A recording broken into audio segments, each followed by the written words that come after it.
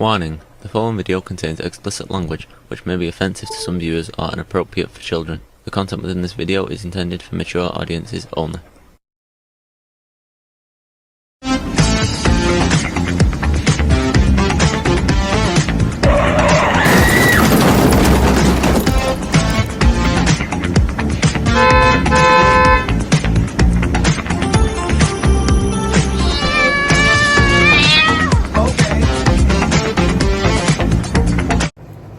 Hey everybody, I'm back. Sorry I've been gone so long from this, but my old apartment got fire damage, not burnt, but smoke damage, a lot of it. So bad that it actually suffocated my cat, killed it. I wasn't home when it started, but I got a call from a neighbor saying that the place was, my building was burning. And so I came right home, and the apartment next to mine got way more burn damage and stuff, and of course the fire department kind of did a lot of damage inside trying to put it out in there. But the actual fire began downstairs below his apartment, and it started downstairs outside near the deck from the downstairs apartment. Someone had threw a cigarette butt after they were smoking on the dry grass. And the day that we had that fire, we had 3 consecutive days of just 100-degree weather here, and it was drying everything. I mean, the fire warnings were at the extreme, and this dingbat wasn't paying attention to the warnings and started a goddamn fire. And they said it went up quick. You know, it got right into the building, and it worked its way up into the attic of the building, and that's kind of where the smoke came into my apartment, because it went down to where my bathroom is. You know, those vents you have in the bathroom to suck air out. The smoke was pouring right down through it. Okay, and thank God I had the bathroom door shut. When I was gone, I always keep it closed so Smokey won't go in there, but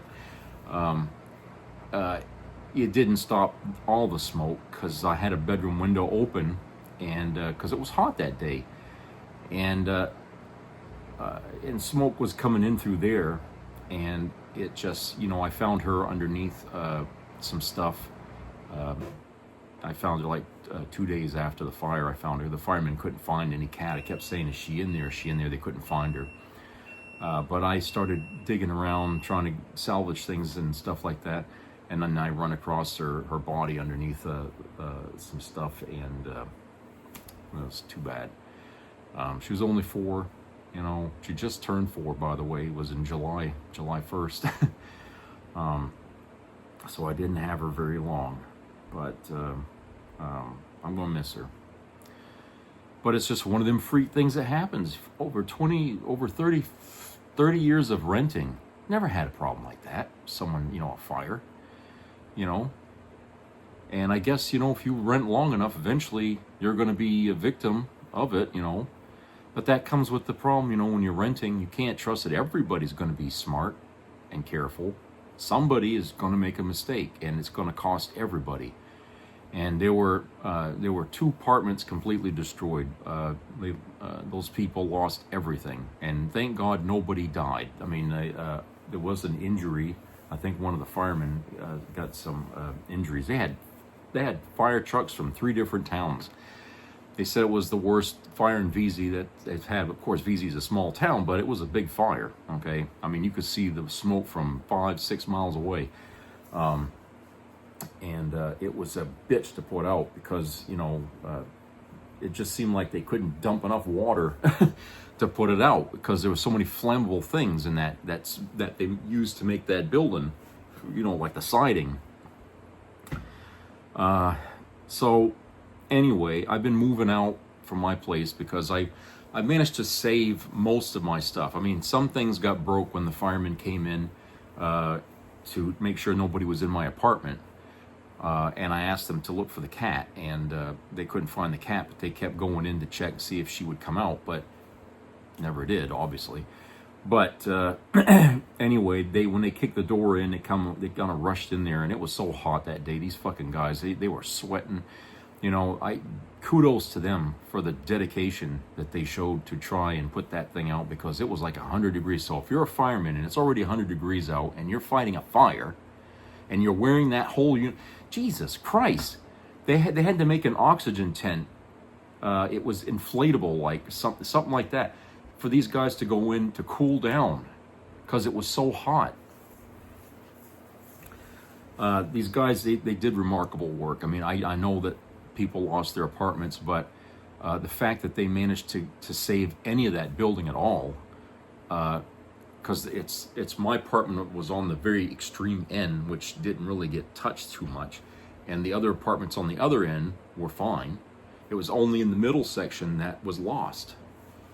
But I can't stay in that apartment. You know, they're gonna knock down that whole section, because it's only just my one apartment that didn't get touched. My neighbor downstairs, his apartment got a little damaged, but he lost his dog, his little dog, from the smoke damage anyway.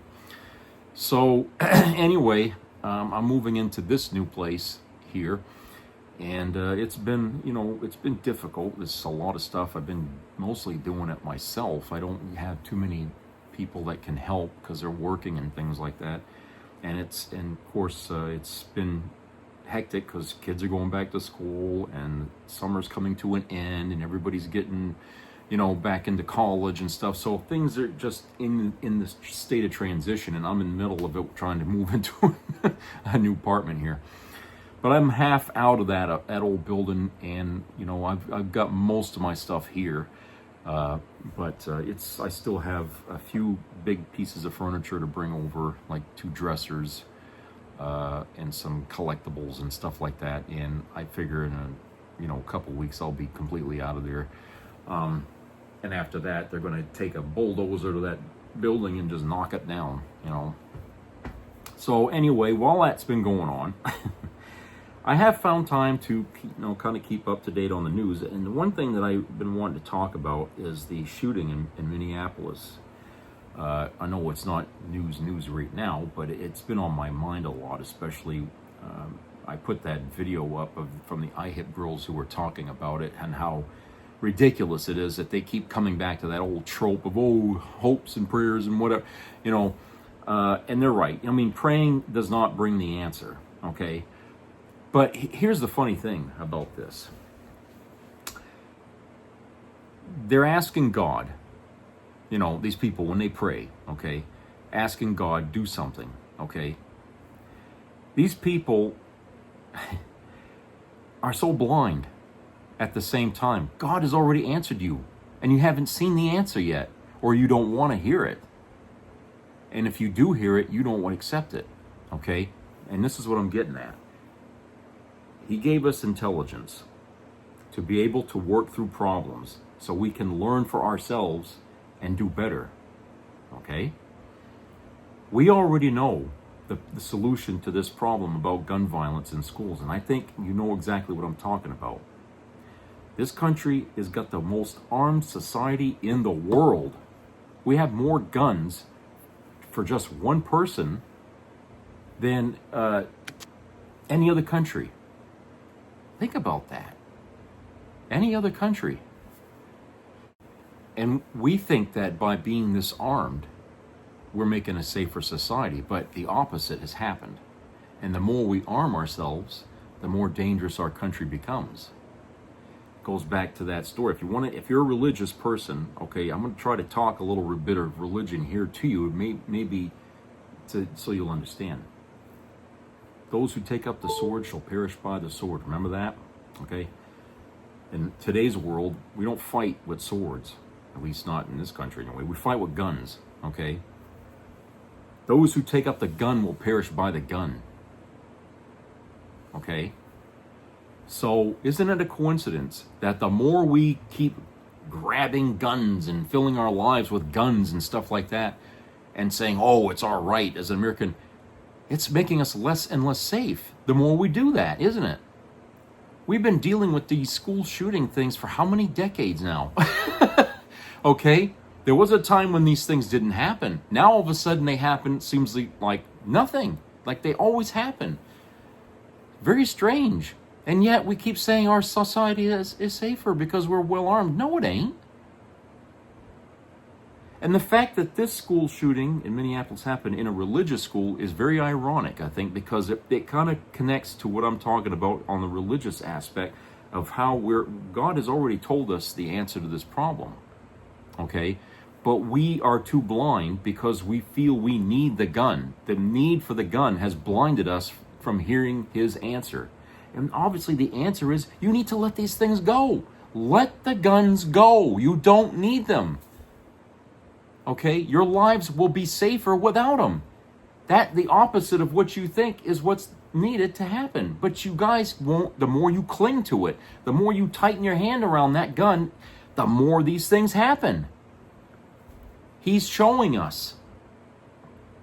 And here people in the churches are praying, do something about this. Stop this from happening. It's always been on us to be able to do it. We have to do it. We just need the moral courage in order to do it. We have to let go of the guns. It's that simple. For people like me anyway. But if you're a gun owner, you know, you cannot make that connection. You can't. You do not understand. Because your whole life, from the time you were old enough to carry one, you've been playing around with those things. Even the toy ones. Okay? All right? So you connect that. And we watch movies and everybody's got a gun in the movies. Okay? It's constantly bred into us that these things equal safety. But here we are today in reality. And our country ain't no safer than it was before, you know? Our own fears about what could happen to us have been realized only because we made it that way. We made it happen. And what I'm talking about is when people say we need a gun to protect ourselves from tyranny if our government becomes tyrannical. Well, here we are. We have a tyrannical government now. And those people who are, you know, got guns and everything, where the hell are they now? They're going around rounding up people and deporting them for no reason. Some of them are even citizens. And you know, the people who've been buying guns for all this time don't see nothing happening with them. You're not coming out and stopping it. Okay? What happens if Trump decides we're going to take everybody's guns away? I mean, that could happen, right? You know, as crazy as the man is, he just might well tell everybody, I'm taking all the guns away. That would be a step towards, you know, a dictatorship, you know, to take away all the weapons so that way the citizens can't fight back. That's going to be the next step, I think. That's going to come. Are they going to fight back then? You see what I'm saying? The problem is that people are blinded by selfishness. They need the gun for whatever fucking reason they can conjure up. It has nothing to do about politics. It has nothing to do about tyranny. It has nothing to do. They want that fucking gun. And if they were responsible with it, okay, it might show, you know, kids would not be able to get their hands on them, but they are. All right. So when you have that fucking thing around, these events, these shootings, they happen. And we sit here and we ask God to help stop it. God is telling us how to stop it. Okay, remember, we have free will. And he already knows our needs before we ask them. He's been telling us the answer since we started having this problem with school shootings. You got to get rid of the gun. You people have too many fucking guns. Your country is you know, armed to the teeth. That's not Christian. You don't need to be armed to the teeth. Christianity is supposed to be a peaceful religion, believe it or not. It's supposed to be a helpful religion. People are supposed to care about one another. Well, you're not caring about anybody if you're going around carrying a fucking gun. You're just itching for the opportunity to pull that son of a bitch out and shoot it, okay? That's the opposite of Christianity. You think Jesus walked around with a fucking sword everywhere he went? Okay? Come on. he was showing us then how you're supposed to live your life, and nobody seemed to be paying attention because they were too blinded by all their personal selfish needs. Okay, revenge and eye for an eye, all that stuff. Okay, and it still exists today. It still exists today. And the school shooting here that happened in a Catholic school, no less, has got to be the biggest irony here in this whole thing. I mean, God is like, he's really trying to press home the act. Okay, look, listen, you Catholic people, you fucking should know. I told you a long time ago about those who pick up the sword will perish by the sword. You did not listen. You want an answer to your problem. The answer has always been in front of you, and you just won't do it. Yeah, because you got a corporation out there that makes these things, wants to make money. People buy these things, okay? Did they give the money to the politicians who are happy to take it? And they do. You see what I'm saying? We've allowed this problem to manifest into these different things now. It's gotten tangled into our government, and now it's almost impossible to do what I'm saying, to get rid of the gun, okay? If you try that, I mean, I could just imagine what'll happen then. But, who's to say that one day, soon, Trump won't decide, well, he wants to prevent an uprising in this country before it happens, so he wants to take away everybody's gun. Are those people out there who claim that they're supposed to be armed so they can defend against tyranny, are they going to stand up against Trump then? I doubt it. I honestly do, okay? But I'm not trying to say that, we should be armed because of that. But what I am saying is that because we are armed, it's like a guy that's walking around with an umbrella all the time. He's a man praying for rain. Well, if you're walking around with a gun, you're a person praying to use it, okay? And that's not what you're supposed to be doing, okay? I could see defending your home, having one gun around just for that, but come on, people. A concealed carry permit, carrying it around like you're a cop, pulling it out at a road rage event. I mean, come on. I mean, I watch these videos on YouTube. I see what you people are doing with these things. Okay? So, look. Enough with the praying. God has answered your prayer already. You just don't have the moral courage to actually see it, or to do do his answer. Okay? He's already answered it. So stop with the prayers, okay? Stop it already. Okay? We've had this same response from our government how many times now? And the same answer we've always come to the same answer. And then the minute we touch that answer, we move on to something else. We don't want to look at the answer. We don't want to accept it.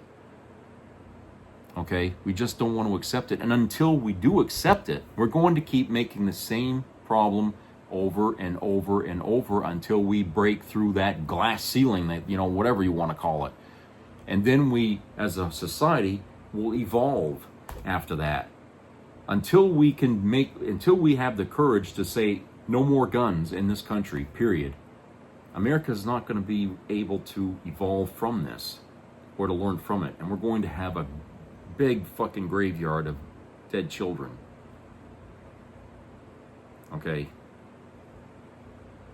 How many more bodies? I mean, we sit here, we talk about, how many veterans died in World War II. Why don't we ever talk about how many children have died in the last 30 years in gun violence? Isn't that equally important? I think we need to reevaluate here our priorities in this country and start taking things serious and stop being children about this gun problem. We have the answer. We need the moral courage to accept it. So, anyway, that's all I wanted to say about that. I don't know when I'll be doing another video because, like I said, I'm still in the process of moving into this new place. I'll try to do another at another time. So, take care, everybody. Talk to you later.